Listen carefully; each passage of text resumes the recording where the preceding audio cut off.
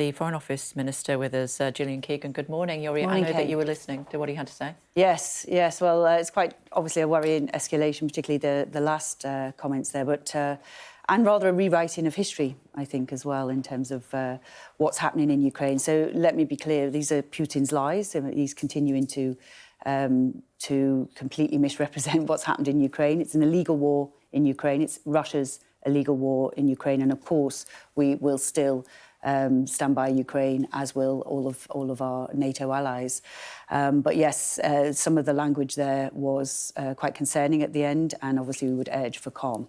How gravely should we take his threat that he's not bluffing about the potential to use nuclear weapons? Well, clearly, it's something that we should take very seriously because, we're not in control. I'm not sure he's in control either, really. I mean, this is obviously an escalation. And of course, to the Russian people now who will be conscripted into this war.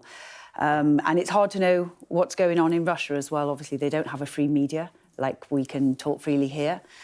So that's also difficult. But we've been very clear all along. And in fact, the speech that the Prime Minister will give today is going to double down and say we will absolutely continue to support Ukraine and we will invest. We've already put £2.3 billion to supporting the military aid in Ukraine and other aid in Ukraine, and we'll do the same next year to continue. What's our message? What's the government's message to the people of Ukraine this morning and also to the people of Russia? Well, the people of Ukraine, it's the same message. We're there. We're by your side. We will help as much as we possibly can. They're incredibly brave, and of course, we've also seen that they've made some significant progress in the last couple of weeks and few days, indeed, as well, which has probably prompted this speech. To the Russian people, look beyond your own media. It's very, very clear. The whole global population is very clear what's going on in Ukraine. We can all see what's going on in Ukraine. There's lots and lots of footage, and in fact, in Izium, we've now seen some war crimes, some evidence of war crimes, which is also why we've set up the Atrocity Crimes Advisory Group to try and make sure that we can help to make sure that we capture that. So there are definitely war crimes and evidence of sexual violence as well. I know that we only have a truncated time with you this morning, obviously because of listening to President Putin. Why did Liz Truss feel the need to go to New York? She's having a bilateral, she's having face-to-face talks with Biden. She could have had that here, and there's no trade deal on the table.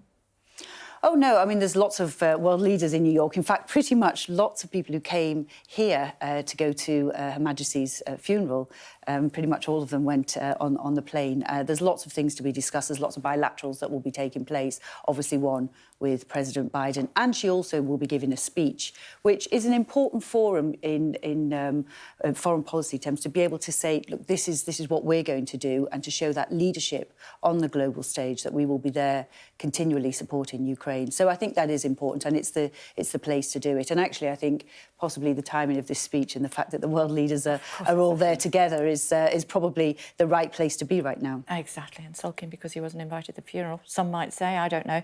Talk to me about the cost of living crisis briefly before I let you go. One question on businesses getting support from the 1st of October. It's not very far away.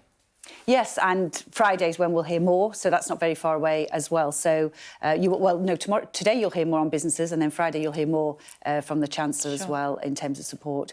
I mean, this is the first time, actually, that there has been a support for businesses on the energy crisis. Obviously, there's been lots of support for businesses during the past couple of years with coronavirus, but we do recognise that there's lots of small businesses who have been hit with massive energy bills as well.